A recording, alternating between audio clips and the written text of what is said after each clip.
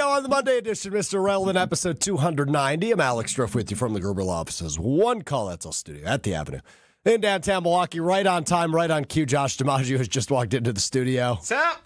Will Sommers is here as well.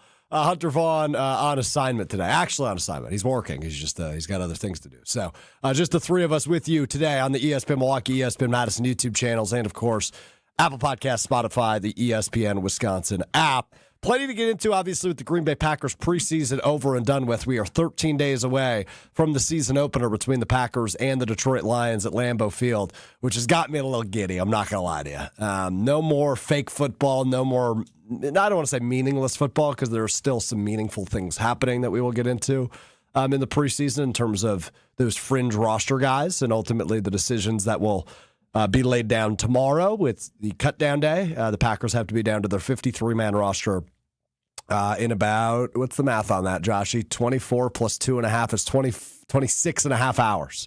3 o'clock tomorrow, Central Time, is when the Packers have to be down to 53, and then they can ultimately round out their 70 or 69, depending on how many they keep on the practice squad with that international player. That could get you up to 70. But anyway, so that all happening over the course of the next 24-plus hours. And some big decisions have to be made, and we will get into some of those. I think the one I'm most fascinated by is McCole Hardman, the Super Bowl champion wide receiver who was brought in to return kicks, had the fumble in the first preseason game, and whether or not he'll be kept around because they need to figure out who's going to be returning. Jayden Reed might start the season on PUP list with the foot injury, depending on when he's able to come back. Do you want Keyshawn Nixon back there returning? So that's the big decision, I feel like, for the Packers. And other than that, I think it's pretty self-explanatory what they're going to do over the course of the next 26 and a half hours. But that's the big one for me. Is Reed eligible for PUP since he's played and been a part of the offseason program? I don't know, Joshy. Okay. You're asking me questions I don't know the answer to. Is it PUP is 4 weeks, so I guess it could just be... I think it would be IR with a designation to return. And that can be as short as you want it to be? I believe that does allow you, yes. Then okay, then it would be that. Because I don't expect him to miss a ton of time, but he could miss the first couple weeks. Adam Schefter made it seem like he'd be ready to go week 1. Okay, great. So I think at very worst, he's probably on the roster and healthy and active for a week. And they just bring up whoever they practice squad to be there. That seems like the most likely because... The Packers, Adam didn't seem concerned at all, and I imagine that's coming from Reed's agent. Huh. Okay, Brett chimes in, Reed is not eligible for PUP. So there you go, Josh. There's your answer. People being smarter than me, which is not a high bar. Brett in the ESPN Milwaukee YouTube chat. Especially a day like today. Yeah, that's true. Hey, by the way, the Badgers play a football game this week. They play on Thursday. Yeah. Which is strange. That's going to take some getting used. I don't love the Thursday, Friday college football kickoffs. No. Might be the old man in me, but I understand on occasion and to kick off the season why you would do stuff like that, get a little extra intrigue. This is the least juice I can imagine for a Brewers, for a Badgers team. Yeah, I've never been lower. Yeah, and it's not even that. There's not a lot of people talking about it. Not a lot of buzz. Yeah. Fairly buzzless. Fairly buzzless. Yeah, I tend to agree on that. All right, back to the Packers, though. 20-7 win over the Seahawks in the preseason finale on Saturday at Lambeau Field. All 20 of the Packers' points come in the first half. Couple of highlights, I guess, was the 5 sacks defensively to create some disruption and get after the quarterback a little bit, no matter if it's the second stringers or the third stringers. Just an encouraging sign for a team that, A, hasn't done a ton of that in the preseason, and B, didn't do a ton of it last year outside of like 2 games. So... to get after the quarterback a little bit, that was an encouraging sign. We'll get to stock up, stock down in a minute. But I thought Quay Walker, who played the first couple drives, thought he looked good, and it's going to be a big year for him. A contract year for Quay Walker, the former first-round pick. He had an early sack in that game as, you know, they were just getting after Seattle's offense quite a bit. So that was an encouraging sign. I thought Tyron Hopper, who we'll talk about more in a minute, I thought he had a really good preseason defensively. It was good to see him, you know, kind of flying all over the field. And then offensively, my biggest takeaway was one play. Any guesses? Number 22. That would be correct. Yeah, Matthew Golden is just the man. Makes an incredible adjustment on the biggest play of the game. I think it was a 39-yard reception for Matthew Golden. An incredible catch by him. And I think if you've been paying attention to training camp and joint practices and the preseason games, it is very, very clear Matthew Golden looks the part. And it's something we've said for weeks, and really since April 24th when he was drafted, now 4 months ago. But when he was drafted, he instantly became the Packers' #1 receiver. You don't make that draft pick if you have confidence in those other guys to break out and become true wide receiver ones. That's not to say the Packers don't have a bunch of good receivers. I think Jaden Reed and Romeo Doubs and Christian Watson and Dontavian Wicks are all nice pieces. But I don't think they check the box of, hey, you have a true #1 wide receiver. I'm not positive Matthew Golden will be that immediately day one, but I think the things you've seen in the preseason and the things you've seen in training camp and the joint practices is that Matthew Golden is that dude, and he can play that role for Green Bay's offense. And that catch on Saturday, I try not to overreact, Joshy, to preseason too much. I don't know how you watch that catch he made, that 39-yard reception early in the first quarter, and go, holy crap, I'm really excited for him. It's really hard not to say something like that. I think all the excitement about Matthew Golden is justified. I do want to rewind to approximately almost exactly a year ago when the Packers signed Braden Narvison, and you declared the Packers got their kicker. So saying you try hold on, why'd you need to do that? Saying you try not to overreact, you are our king of overreactions here. Yeah, but I think I've learned my lesson. and also, by the way, that one seemed so minimal because it was a kicker. It was, but the way, I honestly think that was probably near the start of when I started talking more on this program. Yes, it was. Because you were so confident. Nobody was holding me accountable, so that's when you joined. Yeah. Yeah, Braden Narvison, by the way, doesn't have a job. Yeah. A year later. He's not even in the UFL or XFL, whatever. He was in the CFL for a moment. He played for the Edmonton Elks. But was released after 3 days earlier this year. And he has not had a job since. May 31st, he was released by the Edmonton Elks. So yeah, I think ultimately, yeah, maybe I'll be wrong, but this one feels a little bit more locky than the first Braden round Narvison. Pick, yeah. Yes, the first round pick who's been one of the few guys to consistently stay healthy in that room. And I think it's much more than that. I think his talent is inevitable. I think, honestly, the way the offseason has gone with the injuries has been beneficial to Matt LaFleur, the coaching staff, and the front office, for them all to look around and say, I don't care that this is a rookie. He's going to make some mistakes.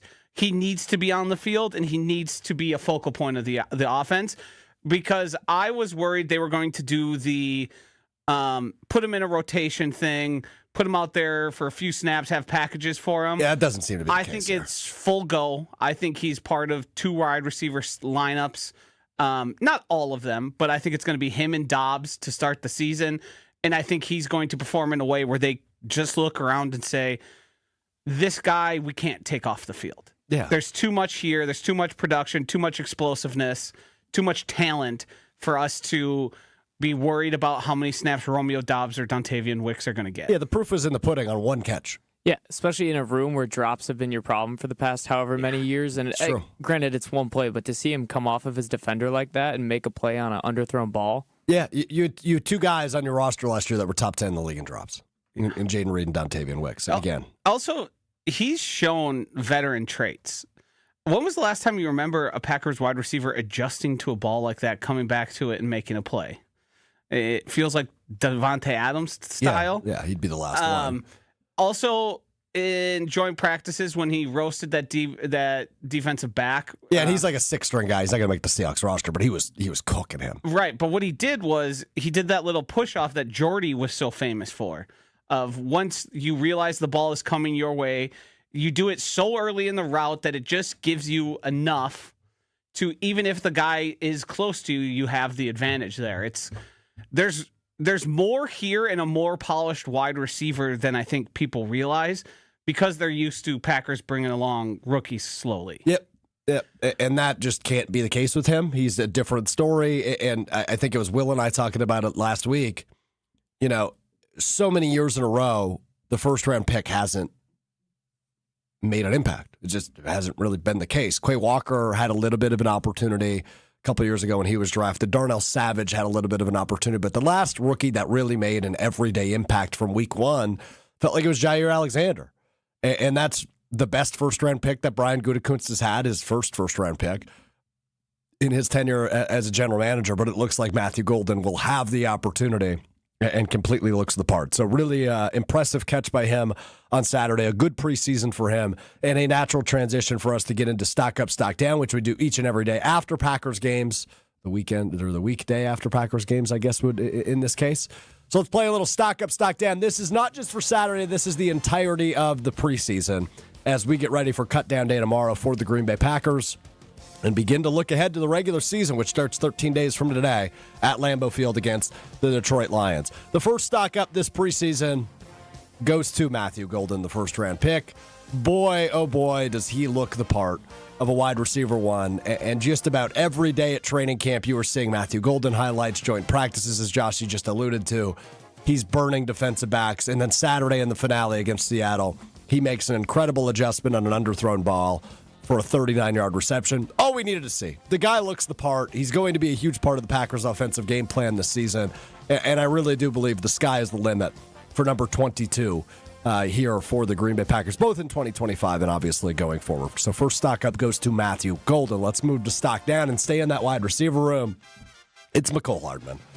I do not believe he'll make the roster. I just don't think you can make the justification for keeping him around outside of returning, which may start the season with him on the roster, depending on what they do with Jaden Reed, who's dealing with that foot injury. But a fumble in the first preseason game didn't really make an impact in the receiving game at all this preseason. I don't think you can justify keeping him over a guy like Malik Heath, who I know the Packers like a lot. I think the odds are they keep 6 receivers. I don't think they keep 7. If they would, it's likely Mecole Hardman, but I saw nothing in the preseason that made me go, yeah, they got to keep him. So, stock down, although the stock was not very high to begin the preseason. The stock is down on Mecole Hardman because he was a guy, I think, at the beginning of training camp, Joshy, I started to advocate for, okay, maybe I could see it.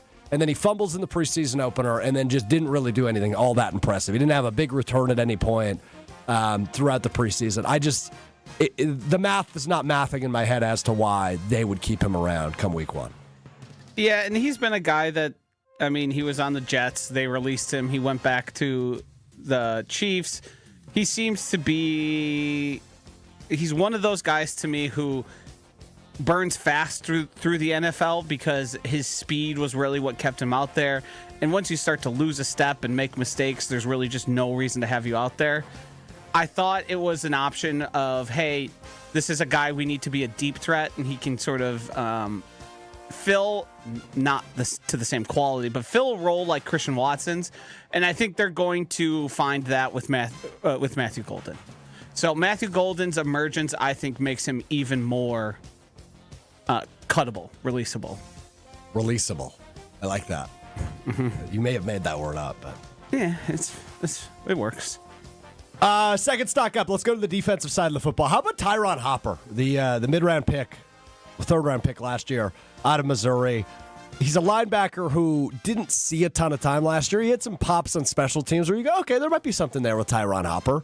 But I thought from a linebacker perspective, he had a really good preseason. 13 total tackles, 6 of those solos. He had 1 sack. He had a forced fumble throughout the 3-game preseason. Thought he was flying around the field more. All in all, I thought he was very good this preseason. He was never in risk of losing his roster spot, but he's a guy where I think the expectation was naturally, okay, he'll be a depth linebacker and a special teams player. While that's likely still the case, I think you saw enough encouraging signs where if he's to rotate in at that linebacker spot, you feel really good about him. And when you make an offseason signing of Isaiah Simmons, who led the team in tackles on Saturday, like, okay, it was like, okay, then maybe Tyron Hopper falls down the depth chart a little bit. Again, they were never going to release him because he's a mid-round pick from last year. He's only in his second year. That's a guy you're going to justify keeping every day of the week. But I think he showed enough signs in the preseason where you go, okay, actually, you know what? I think we can justify seeing him on the field in 2025. So Tyron Hopper gets a stock up from me.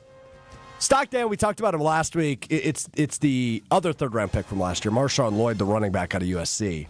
And again, it's not really his fault. But for a preseason where I felt like he was one of the main stories in all 3 preseason games, we want to see what he's got. Can it be a kind of a thunder and lightning combination with him and Josh Jacobs this year? He just continues to get injured. And that sucks for him. It sucks for the Packers, who are trying to evaluate how serious and for real he can be as maybe RB2.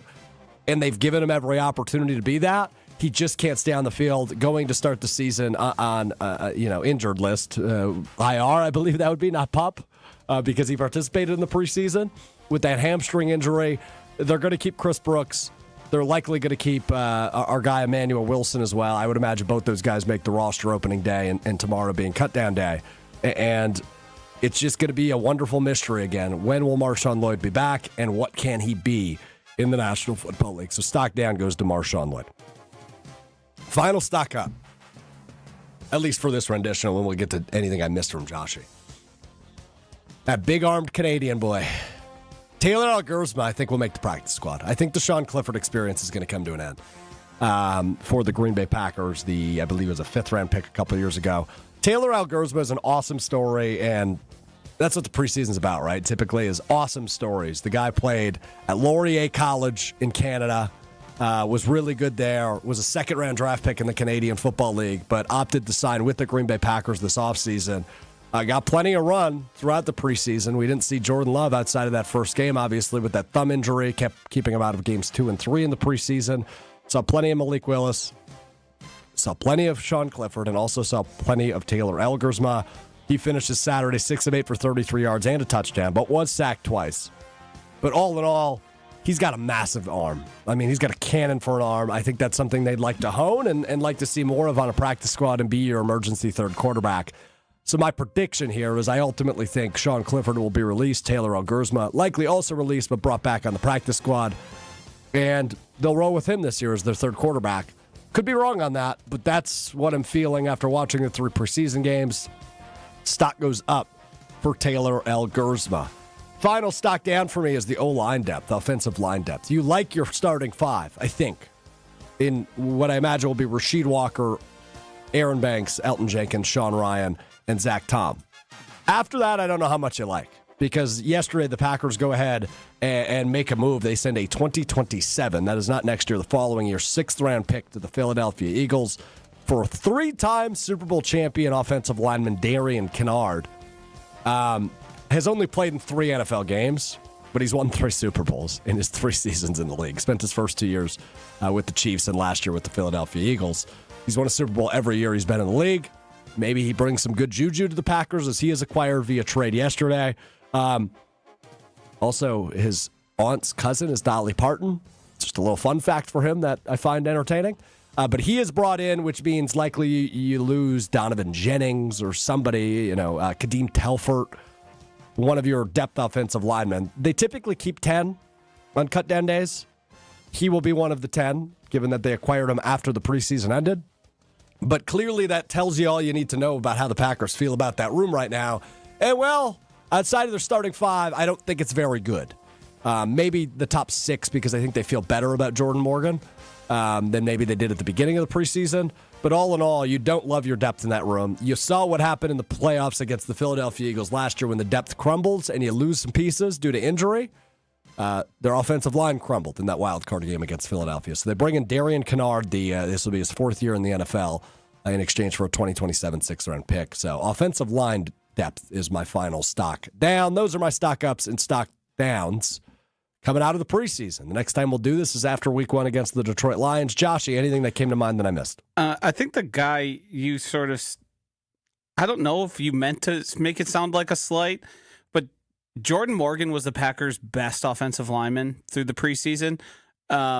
He probably deserves starting at left tackle, but the way the team has worked its way out and his ability to play multiple positions and the uncertainty around Aaron Banks and Sean Ryan being who he is most likely means Jordan Morgan's going to be playing a guard position, which you can agree with or disagree with. I think the best left tackle on the team is Jordan Morgan, and I think he's going to be the long-term starter there.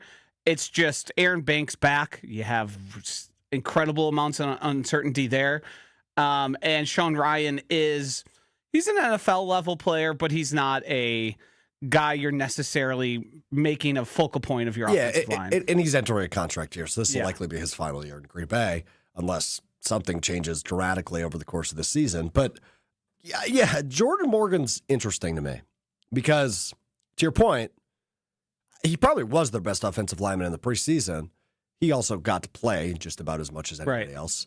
But I don't think he definitively won the left tackle job. And you just said you think he's the best left tackle. You think he's better than Rasheed Walker. I do. I think Rasheed Walker is a fine option, fine to good. But the Packers clearly have wanted to upgrade that position, that left tackle spot. Rasheed Walker has been fighting for his life, and he's answered the bell every time. He's been fighting for his life, but he's answered the bell. They're trying to replace him. And it hasn't worked. Last year, he won the left tackle competition like before camp even really started. But this year, due to his own injuries from Rasheed Walker, I think he's sort of just going to get the position because they need offensive line flexibility and they need bodies. Yeah. You can't really take a guy in Rasheed Walker and go, well, who's our best 5? And keep him out of there because he can only play one position. Everyone else can play seemingly all the positions. Him and Banks are really the only ones that don't seem like they're capable of moving. So it seems to be working against Jordan Morgan that he's able to play more than one spot. And it might not land him in the starting lineup, at least come week 1. And obviously they can make that. They can change their decisions at some point. But I think you're right. They haven't come out and declared a winner for that left tackle battle yet, unless I missed it. No, they haven't. It just, with the way when you sign a tackle, it kind of makes you figure out what trade for a tackle. Yes. Yeah. Yeah. Sorry. Trade for. Yeah. It's pretty clear for a team that doesn't give up assets typically. Yeah. And again, it's a 6th round pick in 2 years. Yeah, which is basically nothing. Regardless, they still gave it up.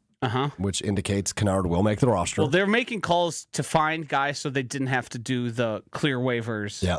All that stuff. So I think your point is completely correct. They'll treat him as a guard again this season, and this guy will be your depth tackle. I wouldn't be surprised if there's a point where he is starting at left tackle. Key being Morgan? Yes. But he needs a couple things to go his way. Jordan Morgan would. But I do think, I mean, let's be honest here. One of them's a 1st-round pick. One of them's a 7th-round pick.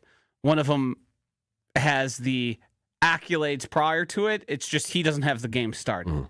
And I don't fault the Packers for relying on the guy who's done it before and started a bunch of games at the position, but they want Jordan Morgan to be their left tackle for the long term, and it's just seemingly a waiting game for him. So just a couple quick things on cutdowns, because I think there's a few that intrigue me more than others. Mecole Hardman is a name I mentioned before. So what the Packers are likely going to do is, I think they're going to keep 4 tight ends. I think John Fitzpatrick showed versatility enough this preseason to justify keeping a 4th tight end. So that'd be, of course, Tucker Kraft, Luke Musgrave, Ben Sims, John Fitzpatrick. But when you keep 4 tight ends, then you got to make an adjustment elsewhere. And I think they ultimately keep 6 receivers to start the season with Christian Watson on IR. Or would he be PUP? I'm so confused by the injury designations. Christian Watson would be PUP.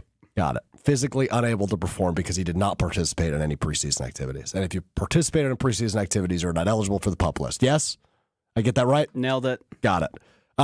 So the 6 I think they keep ultimately will be Jaden Reed, Matthew Golden, Romeo Dobbs, Dontavian Wicks, Savion Williams, Malik Heath, with Christian Watson on PUP. So 7 total, but 6 that counts towards your 53. I think that leaves Mecole Hardman as the odd man out, and then everybody else, Julian Hicks, Cornelius Johnson, etc. Because I think they keep 4 tight ends. They likely keep 10 offensive linemen, 2 quarterbacks, and 3 running backs to start because Marshawn Lloyd will be on IR. So that brings it to whatever that would be, 23, I think would be the math on that, 24. Defensively, I don't think there's anything like questionable or surprising in terms of cuts. I could see a situation where Isaiah Simmons doesn't make the team. I think it's between him and Christian Welch. But it looks like they really like him on special teams. Yeah. He's their gunner or flyer, and he's been good there. He's looked at times completely lost. He sure has. Yeah, defensively he has, yeah. But Tyron Hopper makes it so even though Christian Welch might be a better linebacker, having a third guy there you feel good about starting. Also, you have Isaiah McDuffie. Yeah. One of those guys is frankly a luxury, and if Simmons does that well and can make an impact on special teams, you justify it. Yeah, I think it's between Isaiah Simmons and Christian Welch. And obviously, I think it goes back to something you just mentioned. First-round picks are always going to get the benefit of the doubt. Christian Welch was not that, despite being a Wisconsin guy. He's from Iola, Scandinavia.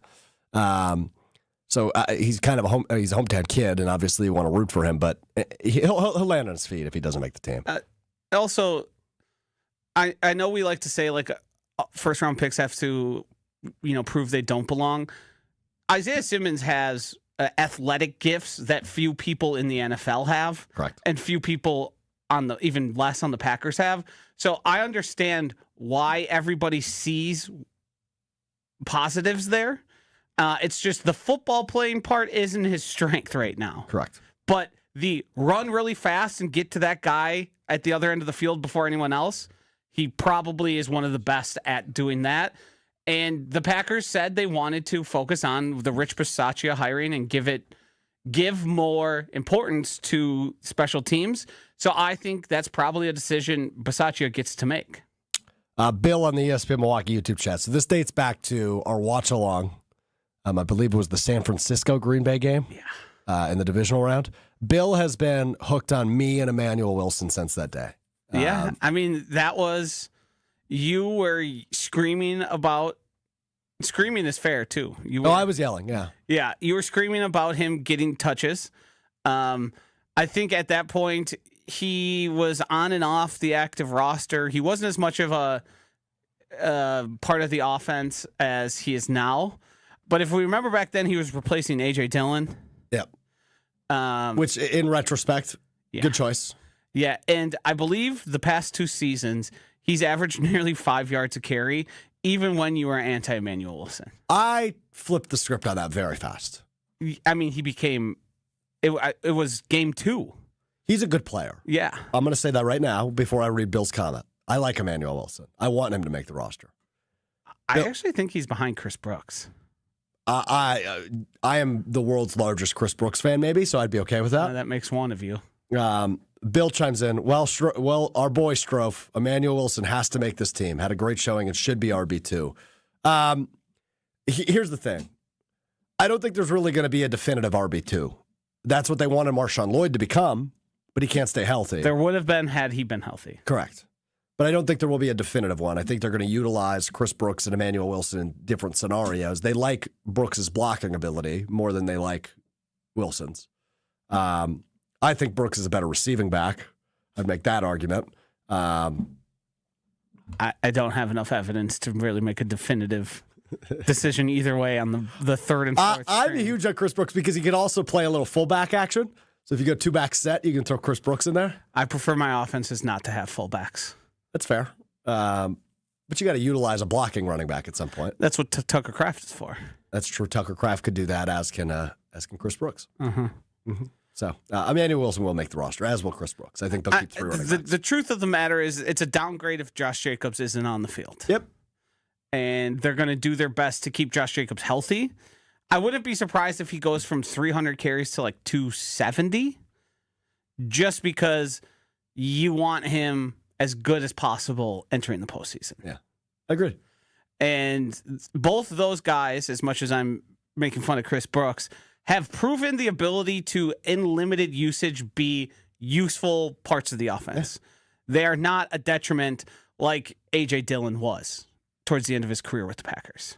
I wonder if he's... obviously, I don't keep tabs on the Eagles roster. I assume he's going to make the roster out there. It seemed like it. There's a little uncertainty there. Because Will Shipley is their other back, right? Yes, he's the preferred backup. But I don't think, like, say Saquon gets hurt, it's not going to be Will Shipley for 25 carries a game. Yeah. It's going to be a mixture of their guys back there. Okay, so A.J. Dillon likely going to make the roster. Well, good for him after missing a season last year. Whatever.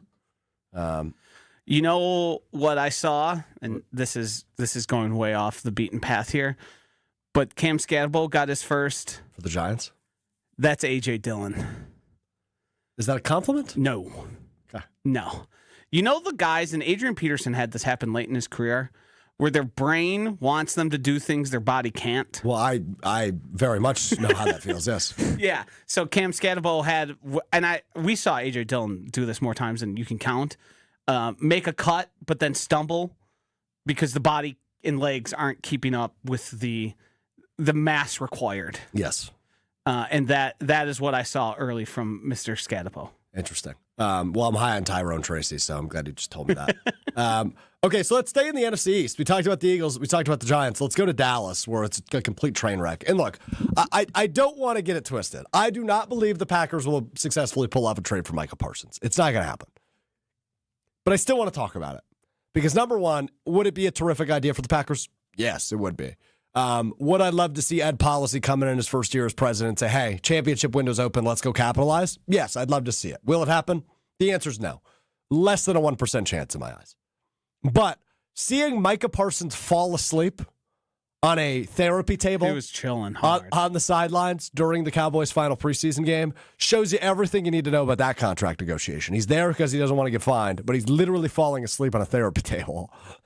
He's being as insubordinate as possible. Yes, which is an amazing sight to see. Now, I saw this clip yesterday. It's actually from Thursday or Friday. So Michael Irvin, who's done media since he's retired effectively, has his own podcast on YouTube now. And he posted a 10-second clip to promote the fact that he was having Jerry Jones, the Cowboys owner and general manager, on the program last week. Have you seen this? Yes. Jerry Jones is the ultimate showman. Okay? He is. You read the quote the other week from him talking about how if he doesn't see the Cowboys in the news cycle, he'll do something to stir it up. He is terrific at that. I also think he's a bad GM. I think those two things are not necessarily mutually exclusive, right? I think you can be a bad GM, but also be one of the best showmen in sports entertainment. I don't know if a good showman could be a good GM. Likely not. And obviously, this Micah Parsons situation now looking like it will bleed into the regular season is an amazing thing. And let's remind you, Micah Parsons has formally requested a trade. He has said he's done in Dallas. He does not intend on signing a contract there. Will he? Probably. Ultimately, he probably end up will. But this is what Jerry Jones said to Michael Irvin, and it just made me cackle when I saw this over the weekend. Here's Jerry Jones on Michael Irvin's podcast. Michael, why don't you grab Micah and come over here with him and come with me and sit down here and bridge this gap? Is that better than when he told him to shove when he claimed that Micah's agent told him to shove a contract up his behind? So that's David Mogetta, who is also Jordan Love's agent. It's better. This is the slow-paced Michael. This gap. Close this guy up.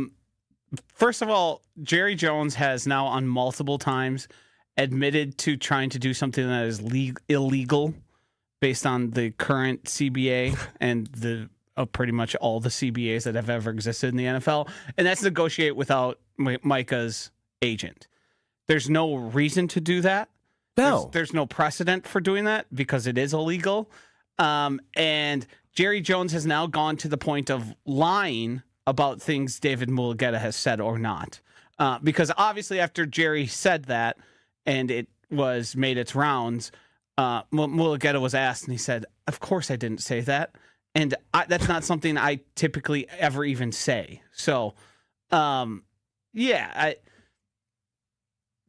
think there's a very real possibility he ends up getting moved. It might carry out into the season. I don't necessarily think that means he's a Packer. I mean, they are a team that makes a ton of sense. Yes, they are. They're one of the few.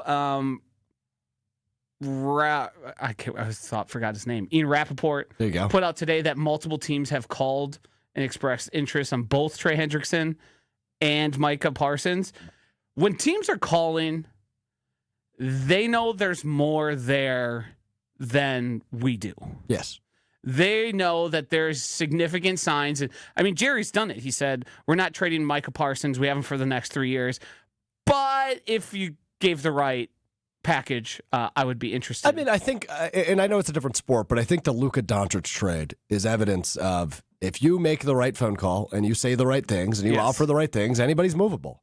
Right? I think in NBA terms, Luka Doncic was viewed as one of the only immovable objects. I think Giannis is in that same category.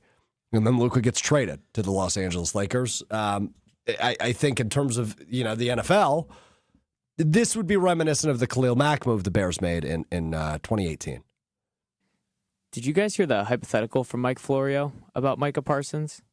I love a hypothetical. I also love a hypothetical. Florio's very good with the hypotheticals. He wrote in Pro Football Talk, for a player in the last year of his contract, his obligation ends with the final game of the regular season, which means that he can walk out at the start of the postseason or at any point during the playoffs with no contractual consequence.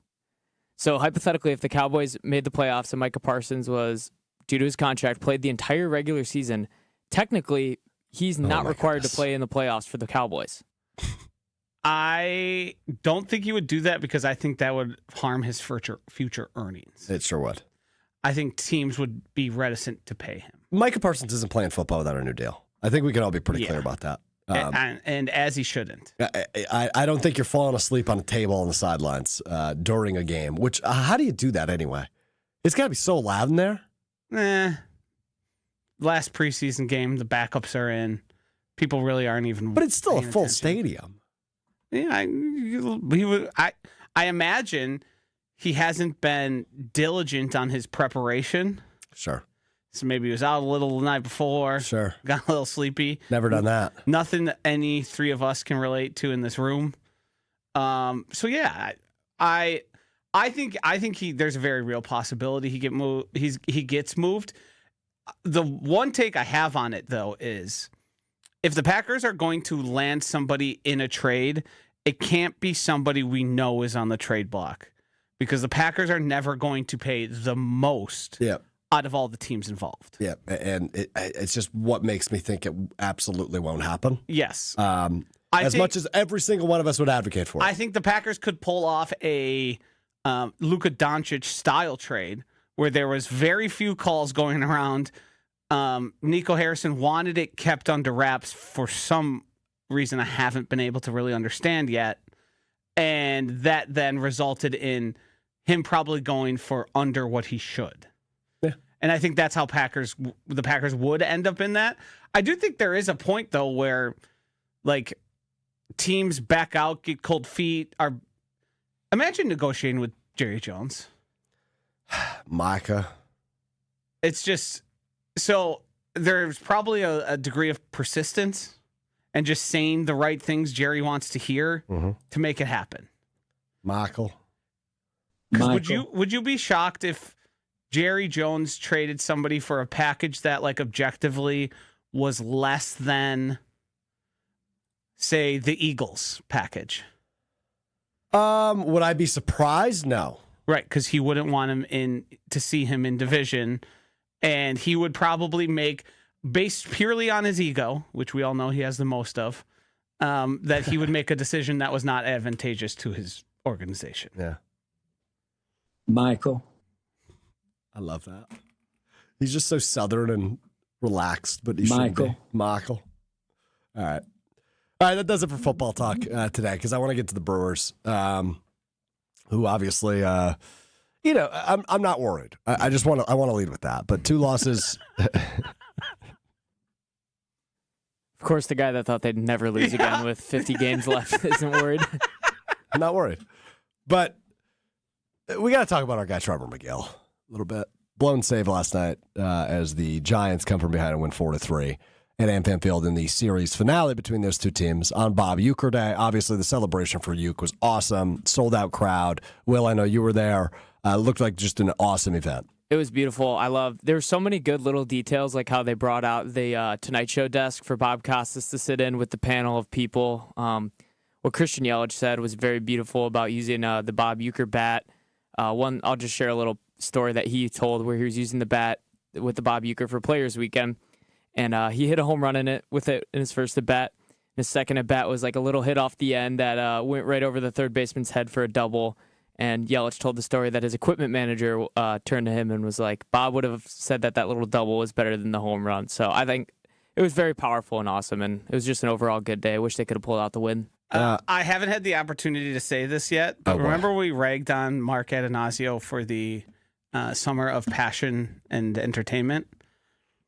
Crushed it yesterday. He's delivered. Yeah, crushed the it. alumni yesterday, all that has been involved with the Brewers this year, not even specifically referring to the incredible season they've had and the product on the field, but they've done a really good job with the giveaways, with the special promotions. That passion and entertainment has come through in a big way. Big way. Totally agree. And yesterday was just another great example of that. Talking to a bunch of people that were there. So this was a 1:10 start. The game started 24 hours ago right now. It actually was delayed a little bit. I was going to say, it didn't start on time. Did not start on time, but it was a 1:10 first pitch. That's what it was scheduled for. The stadium was packed by 12:15, right? Everybody was in their seats an hour early. I-94 was basically unusable heading into Milwaukee because people at 9:30 were trying to get in to the parking lot and were being allowed in because of the early, and people were there early and ready to go. Which is awesome. Really cool day over at AmFam Field. But as for the baseball, not so cool. Trevor Megill, another blown save. He has not been on his A game the last 2 weeks. I want to react. This is a guy who is teetering on very nervous. I'm not nervous. I don't want to react. But frequently when I'm not nervous, I say I'm not nervous. Crazy how fast they switch up. But can I just float the idea of how good Abner Uribe's been and say maybe we should flip him for a week? Abner struggled a little bit yesterday too, though. He got out of there. Did you see get out of it. You see a shimmy when he walked off the field? Very cool. Yeah. McGregor-esque. Yes, McGregor-esque indeed. So I find myself in a rather precarious situation here. Ooh, I like this. You agree with me? No. Oh. No. I, as somebody who was talking about regression and got yelled at for regression, we're experiencing that said regression. I think a guy like Trevor Megill will ultimately end up being fine. I think he has there's enough of the season has gone by that clearly the guy is better than he was given credit for and why he was an option to become 100% a member of the Brewers. Yep, 100%. But guys like Trevor Megill and guys like some of the hitters in the lineup are going to have fluctuating stretches. Uh-huh.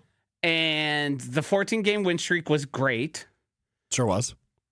But what happens and how you go, I don't know, what was it, like 26-4 in a 30-game period, is all those guys are performing probably over their heads.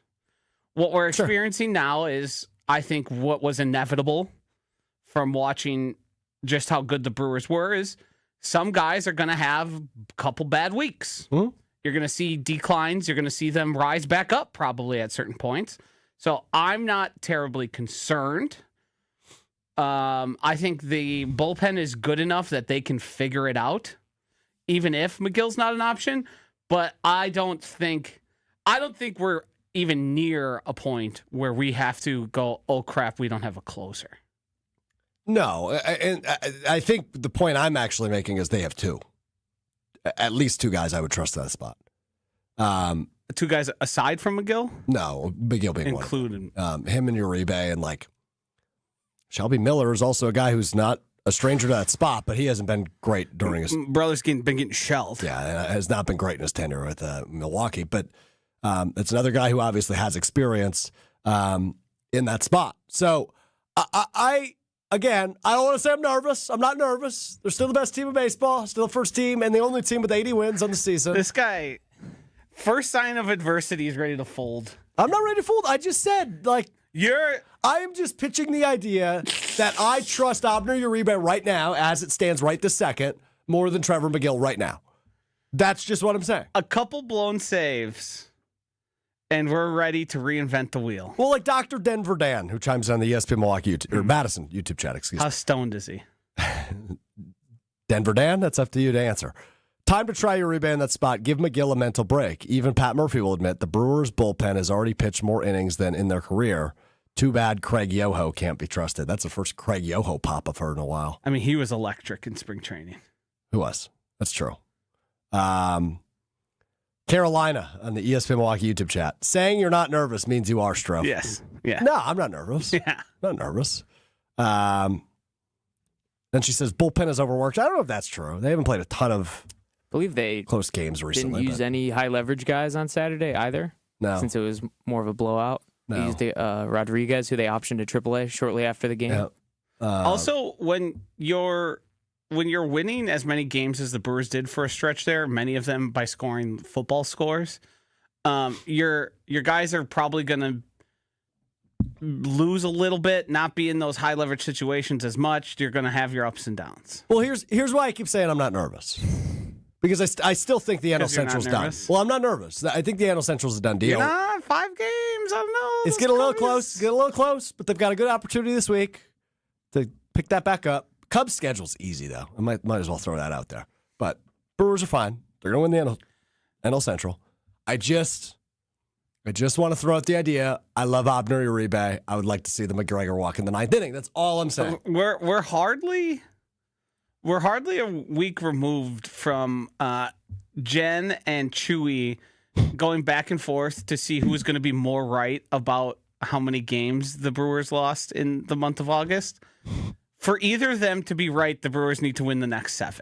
Dr. Denver Dan chimes back in to answer Josh's question. I stay operationally high, buddy, from 5 to bedtime at night, all day Saturday and Sunday. The dude abides.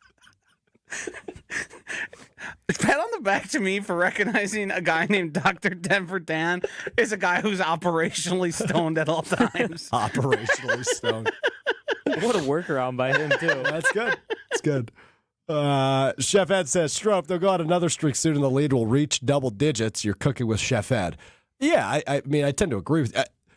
This is not a You fluke. think they're going to win another double-digit win streak? No, he's talking about the lead in the NL Central, which is currently 5 games. Gotcha. But their schedule is not easy. They get 4 games with Arizona this week at AmFam, but then they go to Toronto, who's very good. Then they host Philadelphia, who's very good. And then you get a break, and September kicks up. Pittsburgh, Texas, St. Louis, the Angels, St. Louis again. And then the Padres and the Reds end the series or end the season a little over a month from right now. So you want to know my prediction? Yes. We're going to be having this conversation again. The Megill conversation? No, I'm not nervous, but here's all the reasons why I potentially could be nervous. No, there's 31 games over 500. They've got a 5-game lead in the NL Central. They get the best record in baseball. Okay? I don't want you to get it twisted because it sounds like you're getting it twisted. Don't get it twisted. Okay? I'm not worried, but I am floating the idea of making a change. That's it. All I'm going to say is I'm not going to say I was right.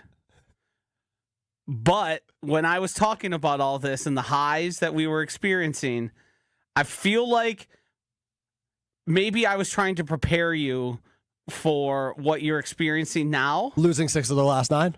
Yes. Okay.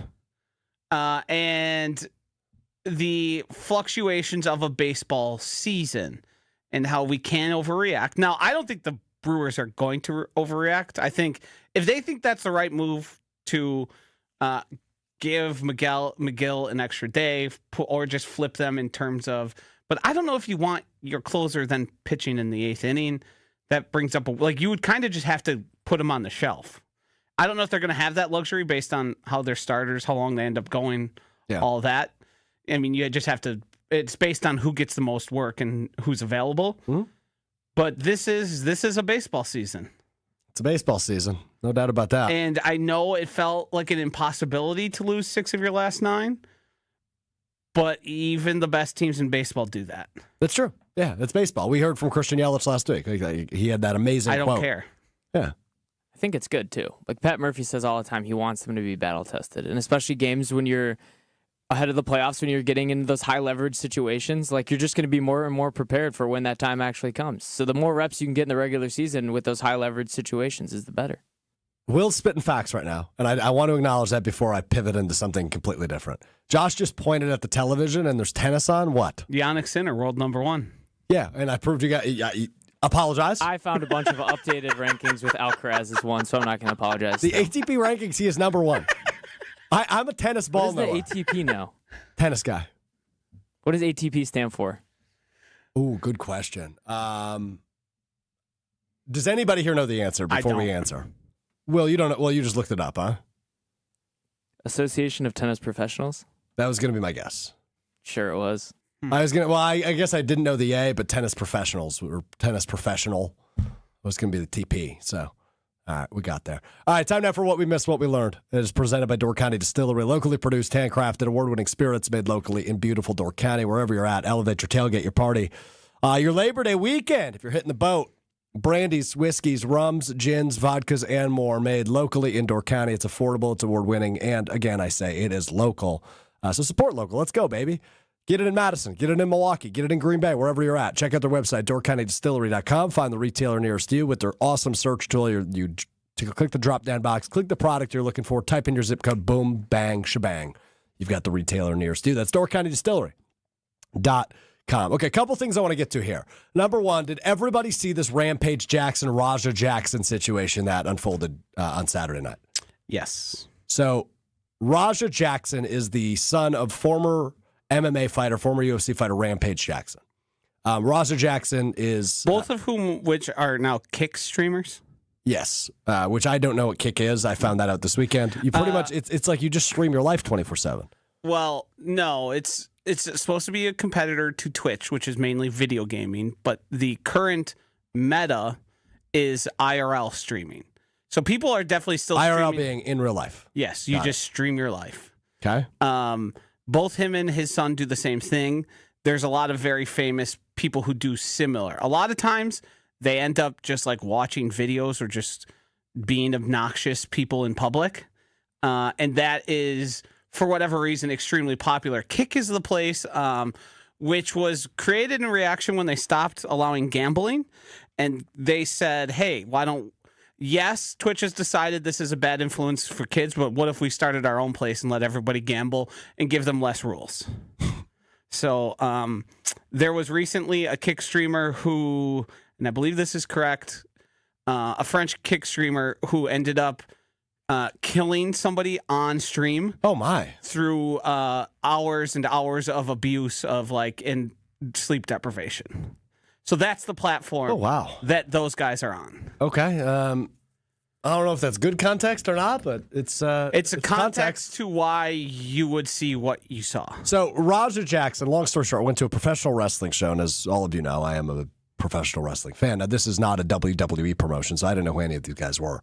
But Psycho Sid is a wrestler with a beard, and he was under the impression that Raja Jackson was there to work. And the term work in wrestling means if I punch you, that's allowed, right? We are working. But he hit him with a beer can, a professional wrestling beer can, so not a real one. I was to say, it was a stunt beer can. Correct. Yes. And he hit him over the head with it. And Raja Jackson didn't sell it. And what sell means in wrestling is you react to being hit, right? So if there's great compilations of the Stone Cold Stunner and people flying because The Rock doing backflips. Yes, they're selling the move. Raja Jackson did not sell it, and he got very clearly angry. And this was about 2 hours before what happened. Yada, yada, yada. They make up allegedly. And then Raja Jackson is going to intervene and interject himself into Psycho Sid's match. I think it's important to say they did make up. The guy apologized. He said, I thought I saw a camera. I thought we were working here. And they shook hands. Yep. So they were, it wasn't, hey, they had this misunderstanding and then they went and wrestled. It was hours apart. They apologized multiple times, shook hands. And then he hit him with 22 haymakers in the middle of the ring, knocked him unconscious, real punches. He beat the hell out of him. And he hasn't been arrested yet. So there you go. That's the story. Yeah. Very strange. Never seen anything like it. So. Yeah, just if you see your kids watching Kick, make them turn it off. Yeah, that would be good advice to learn from this. The other thing I wanted to bring up, because I don't want to say I didn't realize this because I did know this, but it seems long overdue. Next year, not this season, but next year, the MLB will implement Reliever of the Year awards in both the AL and the NL. So there is one, but it's closer.